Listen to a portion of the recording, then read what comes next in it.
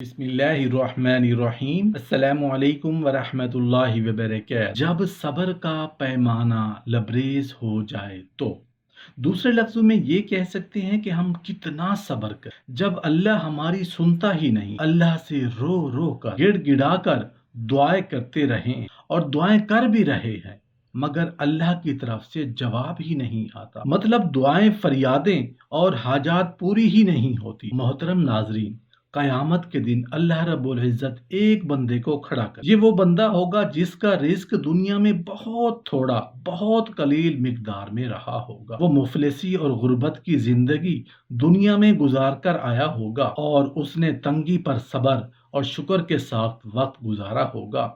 اللہ رب العزت اپنے اس بندے سے اس طرح معذرت کریں گے جس طرح دوست اپنے دوست سے معذرت کیا کر، یوں معذرت فرمائیں گے کہ میرے بندے، میں نے دنیا میں تمہیں تھوڑا رزق دیا تھا، کوئی بات نہیں، اچھا میں تمہیں آج اپنی نعمتیں دے، لہٰذا اللہ تعالیٰ اس کو اپنی جنتیں عطا فرمائیں گے۔ حضرت عبداللہ بن سلام رضی اللہ عنہ فرماتے ہیں کہ قیامت کا دن ہوگا، حساب کتاب ابھی قائم نہیں ہوا ہوگا، ایک منادی اعلان کرے گا کہ جن لوگوں کا اللہ تعالیٰ پر حق ہے وہ اپنا حق لے لیں، اور مخلوق حیران ہوگی کہ اللہ تعالیٰ پر کس کا حق کیسے ہو سکتا ہے، تو حیران ہو کر پوچھیں گے کہ اللہ تعالیٰ پر کس کا حق، تو فرشتہ جواب دے گا جس بندے کو دنیا میں کوئی غم پہنچا جس کی وجہ سے اس کی آنکھیں پرنم ہو گئیں، اب اس بندے کا اللہ پر حق ہے کہ یہ ان پرنم آنکھوں کا بدلہ اپنے پروردگار سے لے لے۔ چنانچہ لوگ کھڑے ہو جائیں گے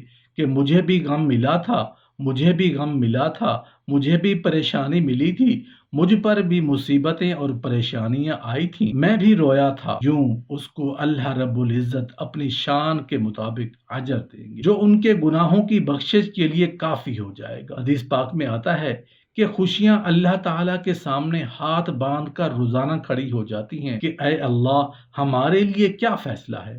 اللہ تعالیٰ فرماتے ہیں کہ فلاں فلاں ظالمین اور مخالفین کے پاس چلی جاؤ، خوشیوں کو ان کے ہاں بھیج دے، اس کے بعد فاقے، پریشانیاں اور غم وغیرہ رہ جاتے۔ اللہ تعالیٰ فرماتے ہیں اچھا تم میرے پیاروں کے پاس چلے جاؤ۔ حدیث پاک میں آتا ہے کہ جس بندے کو اللہ اور اس کے رسول سے محبت ہو اس پر پریشانیاں اس طرح آئیں گی جیسے پانی ڈھلوان کی طرف تیزی کے ساتھ چلتا ہے۔ نیکی اور دینداری کی زندگی میں یہ پریشانیاں تو آتی ہیں لیکن یہ تھوڑی سی پریشانیاں ہیں۔ 100 سال 50 سال کی زندگی میں 2 دن 4 دن کی پریشانی کیا حیثیت، جبکہ آگے جا کر ہمیشہ ہمیشہ کی زندگی میں اس کا اجر اور ثواب ملے گا۔ تاہم اللہ والوں کی نظر اس پر ہوتی ہے کہ اگر ہمارا اللہ کے ہاں درجہ ہوگا تو ہمارے اوپر آزمائش اور بلائیں آئیں گی۔ بعض اوقات انسان اپنی عبادات کی وجہ سے اللہ رب العزت کے قریب کے وہ مقامات نہیں پا سکتا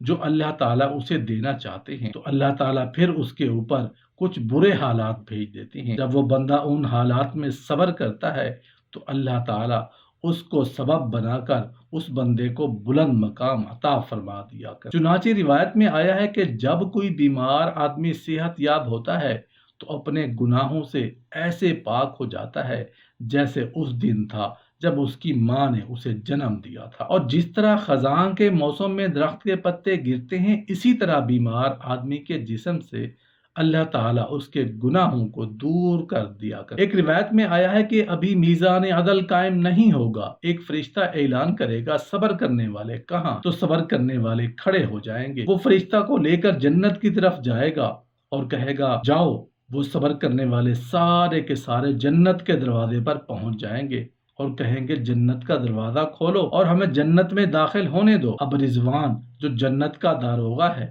وہ حیران ہو کر اللہ تعالیٰ سے پوچھے گا کہ اے اللہ، ابھی تو میزان عدل قائم ہی نہیں ہوا اور یہ آپ کے بندے جنت میں داخلے کے متمنی ہیں، اے اللہ میرے لیے کیا حکم؟ پروردگار فرمائیں گے میں نے اپنا حکم اپنی کتاب میں نازل فرما دیا تھا کہ میرے وہ بندے ہیں جن کے ساتھ بلا حساب کا معاملہ ہے، اے رضوان جنت کے دروازے کو کھول دو اور صبر کرنے والوں کو بلا حساب جنت میں داخل ہونے دو، ان سے کوئی حساب کتاب نہیں لیا جائے گا۔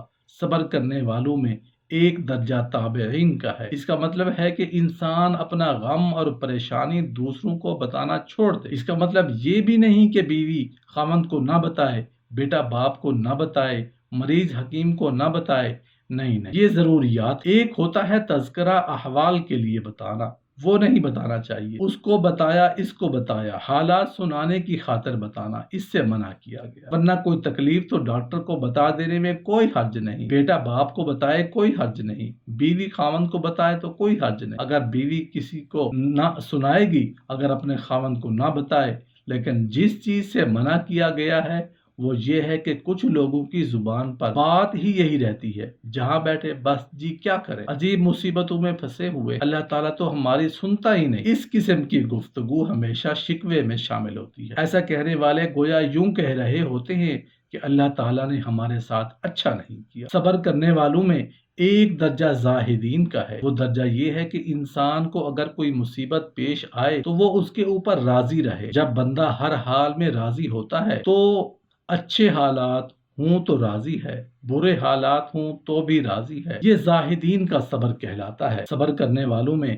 ایک درجہ اور مرتبہ جسے صدیقین کا درجہ کہا جاتا ہے وہ یہ ہوتا ہے کہ جب بندے پر کوئی بلا اور مصیبت آتی ہے تو اس پر خوش ہوتا ہے کہ پروردگار مجھ سے راضی ہے۔ ایک مرتبہ ایک صحابی کی کمر میں ایک پھوڑا نکلا، پھوڑا بھی ایسا کہ پورے 32 برس تک وہ پھوڑا ہی رہا۔ حالت یہ تھی کہ بیٹھ نہیں سکتے تھے، کروٹ نہیں بدل سکتے تھے، بس چت لیٹے رہتے تھے۔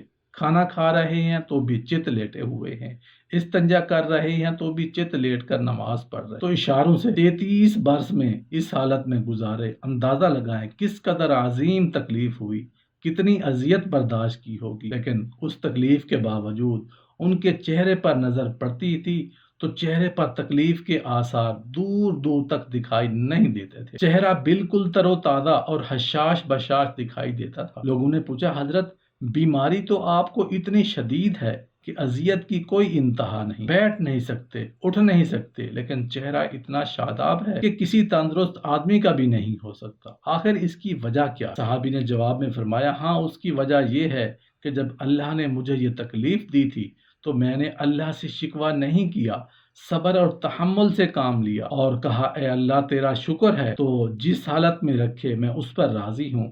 میں نے اس حالت پر راضی رہنے کا اظہار کیا اور خود کو اللہ کے حوالے کر دیا، صبر سے کام لیا اور صبر ہی نہیں شکر بھی کیا۔ اس کا یہ نتیجہ نکلا کہ 32 برس سے روزانہ اس بستر کے اوپر فرشتے مجھ سے مصافحہ کرتے ہیں۔ اگرچہ میں نے ارادے سے مجاہدہ نہیں کیا، یہ تقدیری مجاہدہ ہے جو اللہ نے مجھے دیا ہے، یعنی بیماری لاحق ہو گئی اور میں نے صبر کیا۔ اس مجاہدہ کی برکت سے اللہ نے میرے دل کے دروازے کھول دیے اور اب فرشتوں سے مصافحہ کرتا ہوں۔